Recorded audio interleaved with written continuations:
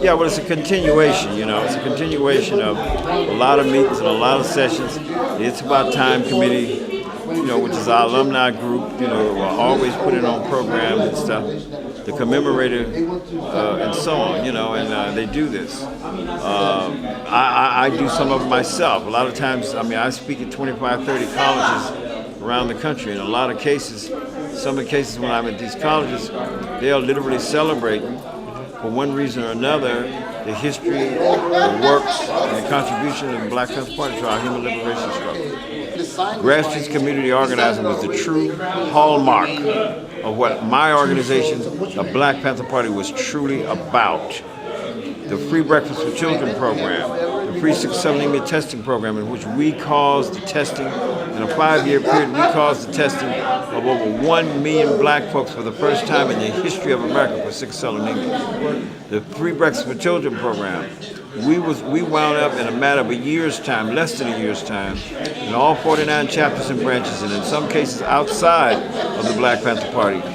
We were feeding 250,000 kids free breakfast every morning as a protest against government that we should not have hungry children going to school. And because of that program, the power structure lashed back at us, particularly the FBI. The FBI, J. Edgar Hoover, for the second time, is on television saying that we are a threat to the internal security of America. And specifically what he said was that the Black Panthers Breakfast for Children program was a threat to the internal security of America. And he was saying that because they was pushing a bill through the California state legislature to try to get $5 million for all schools to put free breakfast for all children in all schools in the state of California. Ronald Reagan, then the governor, vetoed $4.5 million of it. The state Senate and the state Assembly got together, overrode his veto, and put the whole $5 million in. 26 state legislatures across the country did something similar. All because we, young folks we had no government money. We got donations from the people, we were polite to the people and others who gave us the donations, etc. And we related to them in terms of young brothers who had businesses and others who didn't have, to give us this food, to give us the medical equipment. We built the clinics. We got information, we read, we researched, we knew our history. We knew our history backward, forward, sideways, and catacomb. I mean, we didn't come around just hollering and posturing. That wasn't what we were about. We were avid readers and researchers. So you want to know how to influence young folks? They have to see the example of what we did. 28 of us died in shootouts defending ourselves. 69 of us were wounded. 12 policemen were killed in part of those attacks. I still have 8 political prisoners in prison today. But we stood up for our Constitution, democratic, civil, human rights. We could articulate the law, we knew the law, we knew our rights backward, forward, sideways, and catacomb. And when some idiot, racist, cop, whoever, Ku Klux Klan didn't come around us because they know it. I got on television several times to tell the Ku Klux Klan, you sent thousands, I had thousands of letters that I took to the television station to show people, poured all these letters on this big table from Ku Klux Klan and Nazis. What they're gonna do to the Black Panthers. And they're gonna do this and they're gonna do that, and we're gonna kill us and we're gonna send all you niggas back to Africa, blah, blah, blah, blah, blah, blah, blah. So I asked the television show host, I said, there's another characteristic about these letters. Outside of the threats, I said, can you notice what is wrong? He says, I don't know. I said, look at the letters. He says, no, about what you're talking about. I said, there are no return addresses on any of these letters. Here the Ku Klux Klan and the Nazis and the racists and the white racists there and they sent us letters about what they're going to do to us, but they ain't got no return address. You want to cover up with a sheet because you're a coward. You want to band together 9, 10, or 20 and lynch a black man and a black woman. You want to cover up with a sheet and maraud and drive through the black communities down south at the time. You want to shoot up and kill black folks.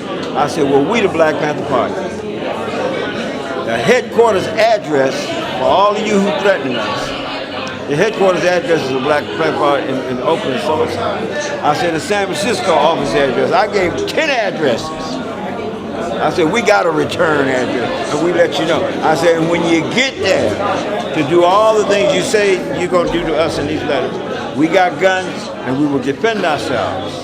And if you try to attack us and hurt us, we will shoot you and kill you in defense of our Constitution, democratic, civil, human rights, whether you like it or not. And that's what I told people live on television back in the day.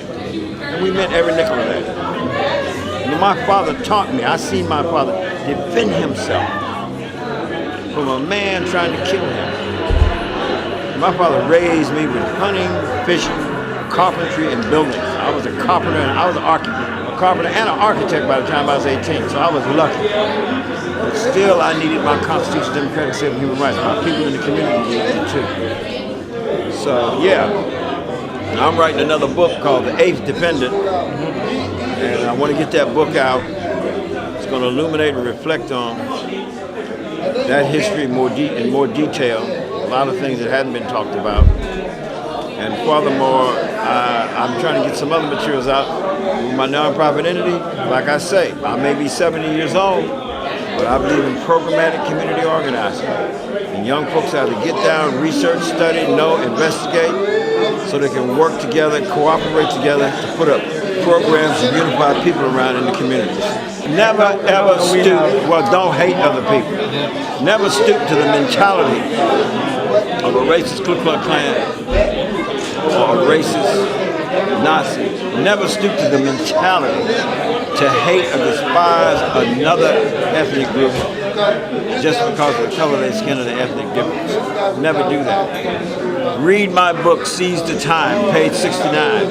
You're never supposed to stoop to racist tactics. That's not what it's about. You got to stand. Constitution, democratic, civil, human rights must be afforded to and enforced for all the masses of the people, whether you're white, black, blue, red, green, yellow, or polka dot. And that's what we stand on. I don't give a damn what color you are. You stand on Constitution, democratic, civil, human rights for all the people.